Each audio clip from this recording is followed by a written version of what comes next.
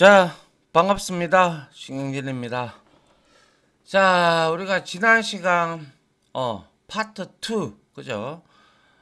파트 2까지 마무리를 했어요. 그죠? 이번에는 말씀드린 바대로 파트 3, 5과목의 정보 시스템 구축 관리에서 파트가 4개가 있는데 이제 파트 2까지 끝내고 파트 3 소프트웨어 개발 보안 구축에 대해서 우리가 조금 이제 공부를 해야 되고요.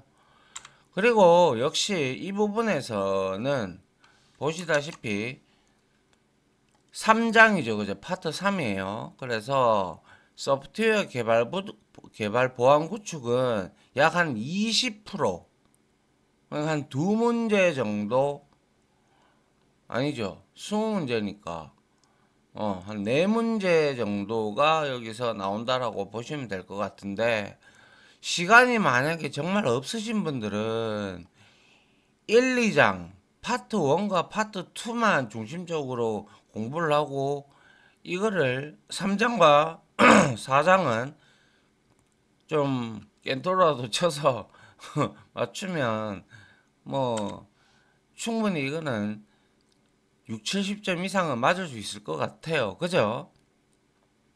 그럼에도 불구하고 저는 여기에서 기출문제들이 출제가 되었기 때문에 강의는 제가 안 할 수는 없고요. 예, 그래서 이제 할 겁니다. 예. 자, 그래서 이 소프트웨어 개발 보안 구축 파트는 총 7개의 섹션으로 구성이 되어 있고요. 첫 번째 Secure SDLC, 그리고 두 번째 세션 통제, 입력 데이터 검증 및 표현, 보안 기능, 코드 오류, 캡슐화, 암호 알고리즘까지 있습니다. 알겠죠? 예. 자, 그래서 첫 번째 섹션인 Secure SDLC부터 이제 우리가 공부를 좀 해봐야 되고요. 공부하기 이전에 여기에서 지금껏 나왔던 기출문제는 세 문제이며, 세 문제이고 거기에서 중복 기출된 문제들이 좀 있어요. 알겠죠? 그렇게 알고 계시면서 여러분들이 이 강의에 임하시면 될 것 같습니다. 알겠죠? 예. 자, Secure SDLC. 우리가 SDLC라는 거 앞에서 배웠어요. 이 단어에 대해서, 용어에 대해서. 근데 Secure가 하나 더 붙었다는 거, 보안이 하나 더 붙었다는 거예요. 그래서 SDLC라고 하는 것은 소프트웨어 디벨로프먼트 라이프 사이클, 즉 소프트웨어 개발 생명 주기를 의미하는 단어예요. 좀 기억나시나요? 그래서 우리가 1과목에서 배웠을 거예요. 그죠? 소프트웨어 개발 생명 주기는 소프트웨어 개발 방법론의 바탕이 되는 것으로, 소프트웨어를 개발하기 위해 정의하고 운용, 유지보수 등의 전 과정을 각 단계별로 나눈 것이다. 그래서 우리가 지금까지 이거를 계속 해오고 있는 것이고요. 이 SDLC에다가 이제 Secure가 붙죠. 그러면 바로 소프트웨어 개발 생명 주기에서 보안을 덧붙였다라고 생각을 하시면 돼요. 알겠죠? 그래서 Secure SDLC는 보안상, 그죠? 안전한 소프트웨어를 개발하기 위해 SDLC에다가, 그죠? 덧붙여서 보안 강화 프로세스를 포함한 것을 의미를 합니다. 다시 한번 말하면 SDLC에다가 보안 강화를 위한 프로세스를 포함한 것이 바로 Secure SDLC다 이 말입니다. 이해가요? 예. 그래서 이 Secure SDLC는 소프트웨어 유지보수 단계에서 그죠? 보안 이슈를 해결하기 위해 그죠? 보안 이슈를 해결하기 위해 소모되는 많은 비용을 최소화하기 위해서 등장을 한 거예요. 그죠?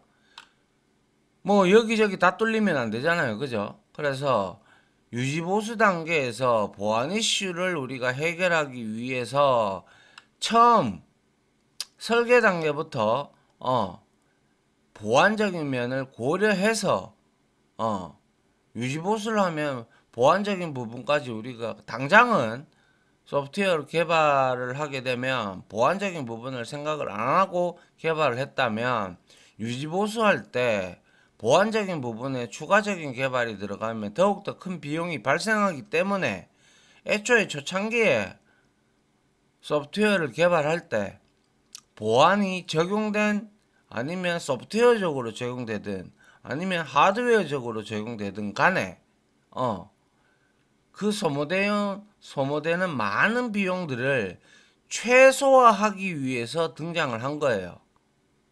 무슨 내용인지 알겠죠? 그죠? 예. 그래서 Secure SDLC는 우리가 제일 첫 과목에서 배웠던 요구사항 분석이 끝나면 우리가 설계를 해야 되죠. 설계가 끝이 나면 구현을 해야 되죠.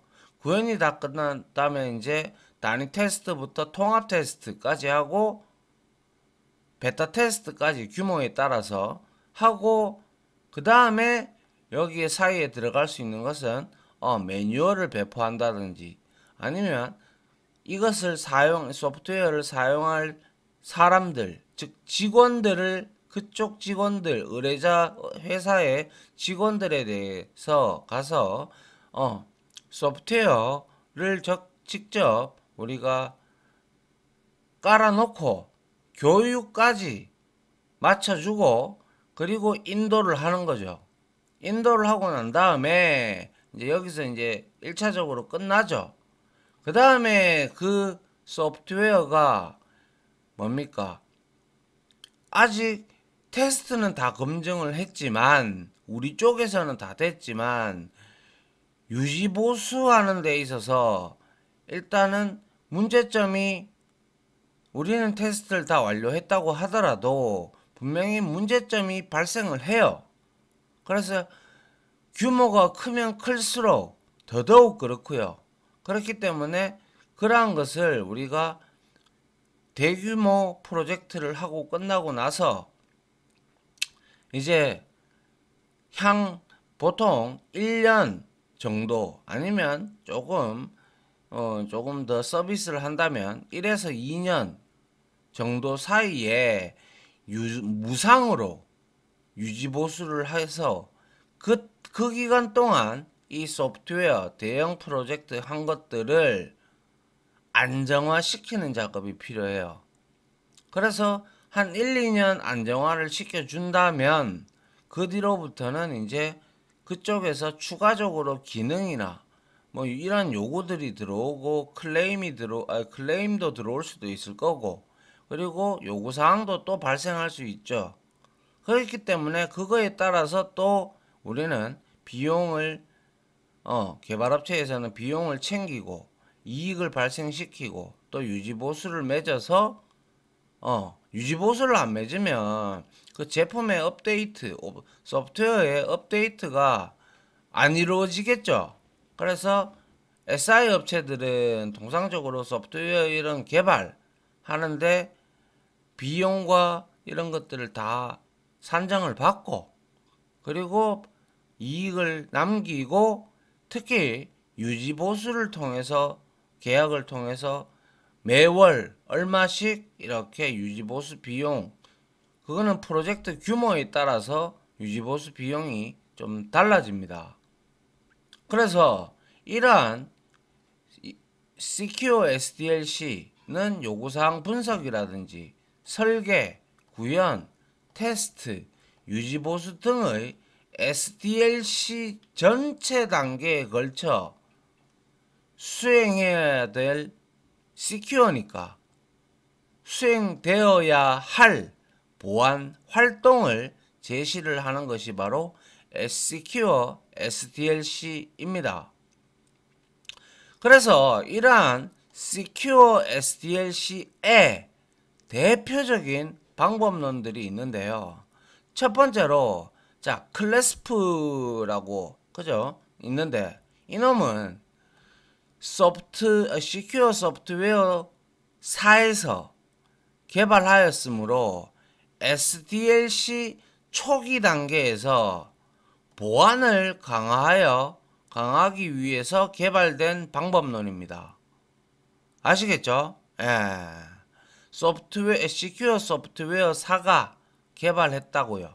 알겠죠? 예. 그리고 SDLC 초기 단계에서 보안을 강화하기 위해서 개발된 방법론이 클래스프입니다. 그리고 이거는 클래스프는 활동 중심 역할 기반의 프로세스로 구성되어 있고요. 그리고 현재 운용 중인 시스템에 적용하기에 매우 적합한 방법입니다. 그게 바로 클래스프입니다. 활동 중심 역할 기반의 프로세스로 구성이 되어 있다 이 말이에요. 그리고 현재 운용 중인 시스템에 적용하기에 적합하다라는 거. 그게 바로 뭐다? 클래스프다라는 거예요.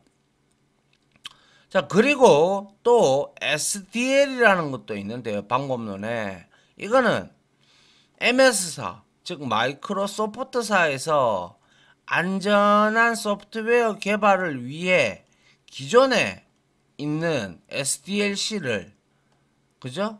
이걸 Secure SDLC 그죠? 기존의 SDLC를 개선한 방법론입니다.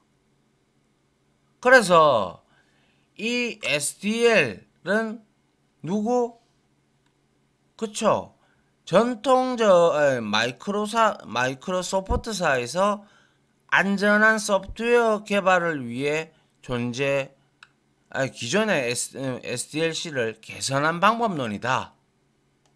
그리고 이거 목소리가 왜 이럽니까? 자, 그리고 SDL은 전통적인 나선형 모델을 기반으로 한다라고 합니다. 자, 우리 나선형 모델 이것도 1과목에서 배웠어요. 그죠? 나선형 모델은 다른 말로 뺑뺑이 모델이라고도 합니다. 그래서 나선형 모델이라는 것은 우리가 여러분들이 다시 한 번 더 기억을 떠올리면 이 나선형 모델 이거는 뭐냐면 시스템 개발 시 위험을 최소화하기 위해서 점진적으로 뭡니까? 완벽한 시스템으로 개발해 나가는 모델을 우리는 나선형 모델입니다. 그래서 여기서의 중요한 키워드는 뭐겠어요? 그렇죠. 당연히 위험 최소화하고 그죠? 그리고 점진적이라는 거예요. 그래서 이 위험 최소화의 의미는 바로 위험 분석 단계에 있습니다. 그래서 나선형 모델의 특징적인 부분은 위험을 최소화하기 위해서 위험 분석 단계가 존재한다라는 점, 점진적으로 단계를 반복 수행해 나가는 모델, 그리고 위험 부담이 큰 대형 시스템 구축에 적합하단 말이에요. 아시겠죠? 그래서 이러한 나선형 모델의 프로세스는 일단 목표 설정, 그리고 위험 분석, 그 다음에 구현 및 테스트, 그 다음에 고객 평가 및 다음 단계 계획을 수립을 하는 겁니다. 기억나시나요?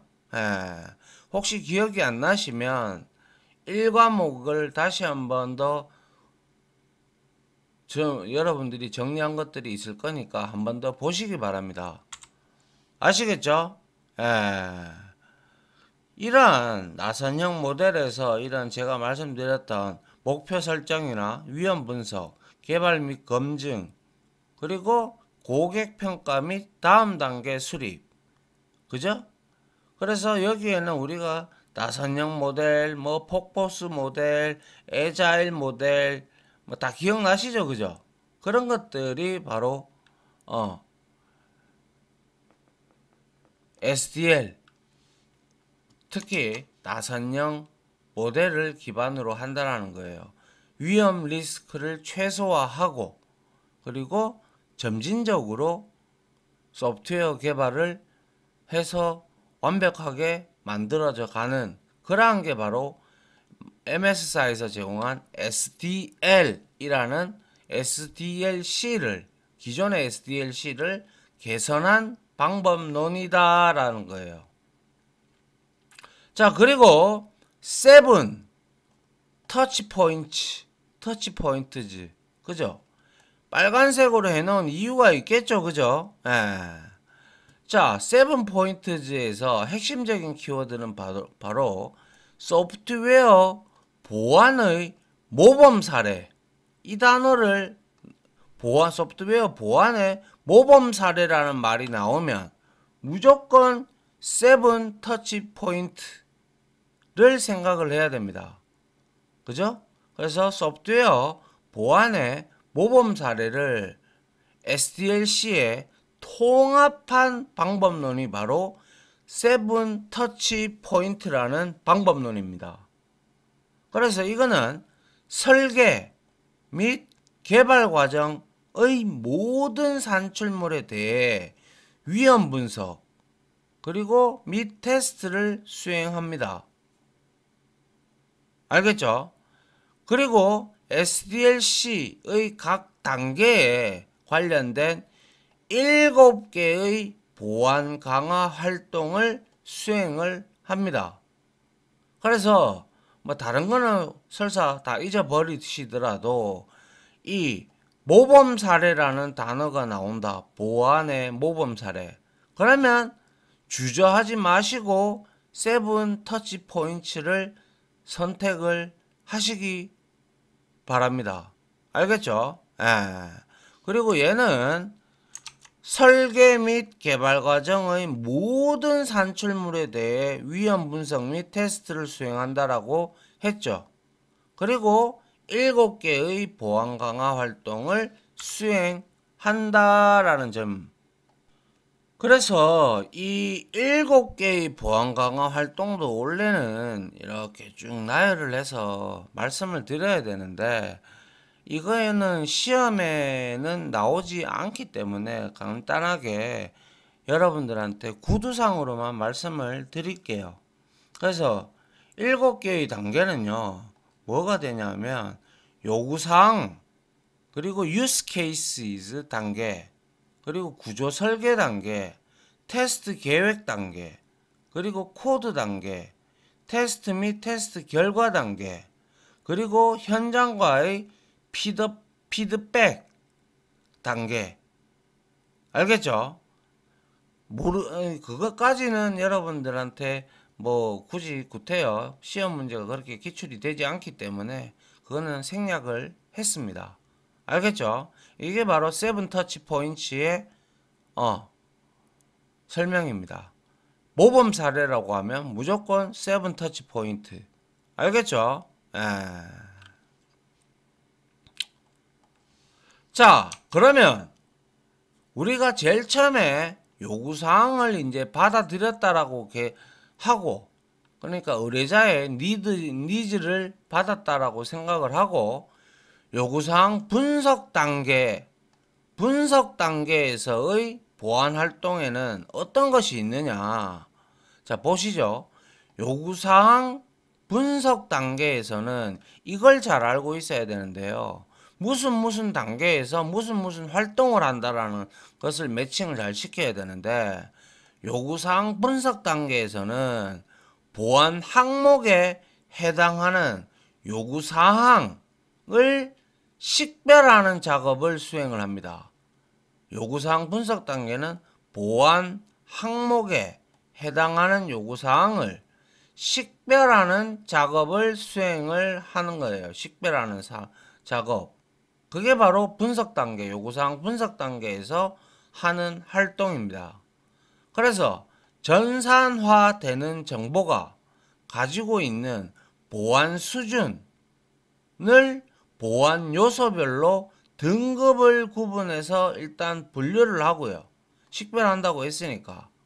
그리고 조직의 정보보호 관련 정책을 참고해서 그 회사의 정보보호 관련 보안 정책을 참고를 해서 소프트웨어 개발에 적용할 수 있는 보안 정책 항목들의 출처 그리고 요구 수준, 세부 내용 등을 문서화하는 부분이 바로 요구사항 분석 단계에서 이루어지는 보안 활동이다라는 거예요. 그 중에서 이러한 요구 수준이라는 게 뭐냐면 요구 수준은 해당 보안 정책 항목의 적용이 필수적인지 혹은 선택적인지를 의미를 한다. 그래서 예를 들어 보면 주민번호는 우리가 딱 정해진 수집 및 취급 방법이 법령에 있죠. 맞습니까? 함부로 사람들의 주민등록번호를 도용하고 그러면 안 되죠. 그러면 이거는 보안적인 요소가 필요하겠죠. 그래서 주민번호는 정해진 수집 및 취급 방법이 법령에 있으므로 필수적으로 적용을 해야 된다는 거. 이러한 것들이 바로 필수적인지 선택적인지 이런 것들을 우리가 요구 수준이라고 부릅니다. 그래서 요구사항 분석 단계에서는 보안 항목에 해당하는 요구사항을 식별하는 작업. 요구사항을 식별한다 그러면 요구사항 분석 단계로 매칭을 시켜야 돼요. 알겠죠? 그래서 조직의 정보보호 관련 보안 정책을 참고해서 소프트웨어 개발에 적용할 수 있는 보안 정책 항목들의 출처가 어딘지 그리고 요구 수준은 어떻게 되는지 세부 내용들을 어떻게 문서화하는 단계가 바로 요구사항 분석 단계에서의 보안 활동이라는 거예요. 알겠죠? 자, 그 다음 한번 보도록 하죠. 자, 역시 요구사항 분석 단계에서의 보안 활동입니다. 그러면 앞에서 우리가 말했던 이 보안 요소가 어디 갔나요? 보안 요소. 그러면 이 요구사항 분석 단계에서의 보안 활동할 때 보안 요소에는 어떤 게 보안 요소는 뭘 의미하면서 어떤 게 있는지 한번 봅시다. 자, 보안 요소는 소프트웨어 개발에 있어 반드시 충족해야 할 요소 및 요건이 바로 보안 요소입니다. 그래서 보안 요소에서는 크게 3대 요소로 분류를 하는데 거기에다가 2가지 정도를 더 추가적으로 넣어줄 수가 있어요. 자, 그래서 한번 일단 보안 3대 요소에는 기밀성. 이거는 이미 앞에서부터 우리가 잘 알고 있죠. 이거는 시스템 내에 정보와 잠깐만요. 정보와 자원이죠. 그죠? 자원. 왜 자꾸 지원과 자원을 제가 그래서 기밀성. 이거는 시스템 내에 정보와 자원은 인가된 그러니까 허용된 사용자들에게만 접근 허용이 된다라는 거. 그죠? 혹여 또는 시스템에 이러한 정보가 전송 중에 노출되더라도 암호화가 되어 있어서 읽지 못하게 데이터를 읽을 수가 없는 것을 의미를 하는 것이 바로 기밀성, confidentiality, 그죠? 그 다음에 무결성, integrity, 너무 많이 우리가 들어봤죠, 그죠? 그리고 가용성, availability, 뭡니까? 인가된 사람만 언제라도 그 소프트웨어를 사용할 수 있다는 거였고, 이게 크게 세 개입니다. 그래서 자, 보안에는 무기가 있다. 이렇게 여러분들이 3요소를 외우면 되겠죠. 보안에는 무, 기, 가. 알겠죠? 보안 요소에는 무기가 있다. 이렇게 외우시면 좋을 것 같아요. 있으면 이 세 가지 중요합니다. 시험에도 기출이 됐고요. 그 외에도 우리가 더욱더 보안을 강조하기 위해서 인증이라는 거, authentication, 그죠? 이거는 우리가 지문이라든지 패스워드라든지 이런 것들, 그죠? 바이오 인증, 요즘에 많이 나오죠, 그죠? 그리고 부인 방지, non repudiation 등이 있다라는 거예요. 그래서 디테일하게 한번 살펴보면 기밀성은 시스템 내의 정보와 자원은 인가된 사용자들에게만 접근이 허용된다라는 내용이고, 아울러 말씀드린 바대로 정보가 전송 중에 노출되더라도 데이터를 읽을 수 없도록 해야 되죠. 맞습니까? 그리고 무결성, 인티그리티는 시스템 내의 정보는 오직 인가된, 그러니까 인증이 된 사람들에 의해서만, 사용자만 수정할 수 있다라는 것이 바로 데이터의 이제 무결성, 보안 요소의 무결성의 의미죠. 함부로 데이터는 변경이 되어서도 안 되고 삭제가 되어서도 안 돼요. DBA라면 모르겠지만, 그죠? 그 다음에 세 번째, 가용성. 인가받은 사용자는 언제라도 사용할 수 있다 라는 것이 바로 무기가, 보안 요소에는 무기가 있다, 이렇게 보시면 된다라는 거예요. 그리고 추가적으로 인증, 뭐예요? 시스템 내의 정보와 자원을 사용하려는 사용자가 합법적인 사용자인지를 확인하는 모든 행위를 말하는 거예요. 그게 대표적인 방법으로는 패스워드라든지 인증용 카드, 그리고 지문검사, 그죠? 이런 것들이 요즘에는 이거 동공, 그죠? 수정체 인식도 있고, 그죠? 저도 많이 사용을 하기 때문에, 그죠? 이러한 방식이 바로 인증이다. 합법적으로 시스템 내의 정보와 자원을 사용하려는 사용자가 합법적인 사용자인지 확인하는 모든 행위를 말하는 것이 바로 인증이다라는 거예요. 그래서 패스워드, 인증용 카드, 지문 검사 등등이 있다라는 것이고요. 그리고 부인 방지, non repudiation, 이거는 우리가 데이터를 송수신한 자가, 그죠? 데이터를 보낸 사람이 있고 받는 사람이 있을 거 아니에요. 근데 데이터를 송수신한 자가 송수신 사실을 부인할 수 없도록 송수신 증거를 제공하는 거예요. 이게 말 그대로 내가 안 보냈다 이 뜻이거든요.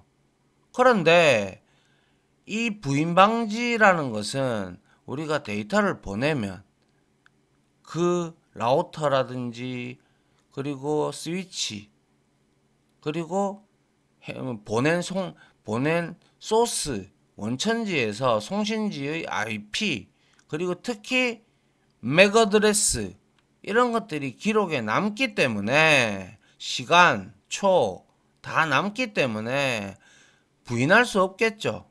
그죠? 그렇게 부인할 수 없도록 송수신 증거를 제공하는 것이 뭐다? 부인 방지다라는 거예요. 아시겠죠? 예, 그래서 보안 요소는 뭐가 있어야 된다고요? 무기가 있다라는 거. 그리고 그에 관련된 설명도 조금 이해를 하고 있어야 됩니다. 시험 문제에 기출이 됐고요. 그리고 추가적으로 인증과 부인 방지가 있더라라는 거예요. 아시겠죠? 자, 그 다음 한번 보죠. 자, 그러면 이제 설계 단계에서의 보안 활동입니다. 지금까지는 보안 분석, 요구사항 분석 단계에서의 보안 활동이었다면 이번에는 설계 단계에서의 보안 활동은 어떤 게 있는지 이걸 또 잘 알고 있어야 된다는 거예요. 이제 분석이 끝났으면 그걸 가지고 설계를 해야 되죠. 그래서 설계 단계에서는 식별된 보안 요구사항들, 앞에서 나왔던 보안 요구사항들이 들을 가지고 이제 소프트웨어 설계서에 반영하고 보안 설계서를 작성을 해야 되는데요. 특히 소프트웨어에서 발생할 수 있는 위협, 트릿, 스릿이라고 얘기를 하는데요. 이 위협이라는 것은 불법적인 유출, 위조, 변조, 삭제, 파손 등 소프트웨어에서 발생할 수 있는 재산상의 손해를 일컫습니다. 위협이라는 것은. 요것도 쉼표가 들어가야 되는데 요거는 제가 고쳐 넣을게요. 불법적인 유출, 위조, 변조, 삭제, 파손 등으로 인해서 소프트웨어 발생할 수 있는 재산상의 손해를 의미하는 것이 바로 위협입니다. 위협. 알겠죠? 트릿. 그래서 소프트웨어에서 발생할 수 있는 위협을 설계 단계에서 식별을 해야 돼요. 그리고 보안 대책, 이 위협을 식별을 해서 식별하면 그에 관련된 보안 대책이 나와야 되고 그 보안 대책을 나오면 얼마가 들어가는지 소요 예산이 나와야 되고 그리고 이러한 위협이 예를 들어서 사고가 터졌다. 그때 발생 시에 영향되는 범위와 대응책을 반드시 수립을 해 놓을 필요가 있고 문서화 시켜 놓을 필요가 있다라는 거예요. 그래야 이 위협이 뭡니까? 와도 우리는 대응을 할 수가 있겠죠. 맞습니까? 그래서 이러한 사고 발생 시 이제 위협을 이렇게 식별해서 보안 대책이나 소요 예산, 사고 발생 시 영향 범위와 같은 대응책을 수립하는 그러한 단계가 바로 설계 단계에서의 보안 활동에 해당을 하는 거예요. 알겠죠? 아울러 네트워크 그리고 서버 그리고 물리적 보안 피지컬 시큐리티죠. 그죠?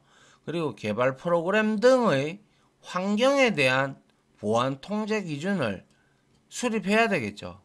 그리고 설계에다가 반영을 해야 돼요. 맞습니까? 그래서 네트워크 단계에서 네트워크는 외부의 사이버 공격으로부터 개발 환경을 보호하기 위해 네트워크를 분리를 한다던가 파이어월이라고 불리는 방화벽을 설치를 기본적으로 다 합니다. 요즘에는. 그죠? 예. 이런 분류에서 네트워크에서는 외부의 사이버 공격으로부터 뭐 예를 들면 뭐 디도스라든지 뭐 이런 것들 많잖아요. 그죠? 바이러스들, 원바이러스들이 많단 말이에요. 그래서 네트워크를 분리하거나, 그죠? 작은 쪼개서 분리하거나 방화벽을, 파이어월을 반드시 설치를 해야 합니다. 그리고 서버는 너무너무 중요하죠. 모든 데이터가 서버에 있으니까. 그래서 보안이 뛰어난 운영체제를 사용하고, 그리고 수시로 보안 업데이트를 지속적으로 해야 되며, 그리고 외부 접속에 대한 접근 통제 등을 반드시 실시를 해야 되겠죠. 뭐 아무나 다 접속이 되면 그거는 뭐라는 뭡니까? 그죠? 잘못된 거죠. 그죠?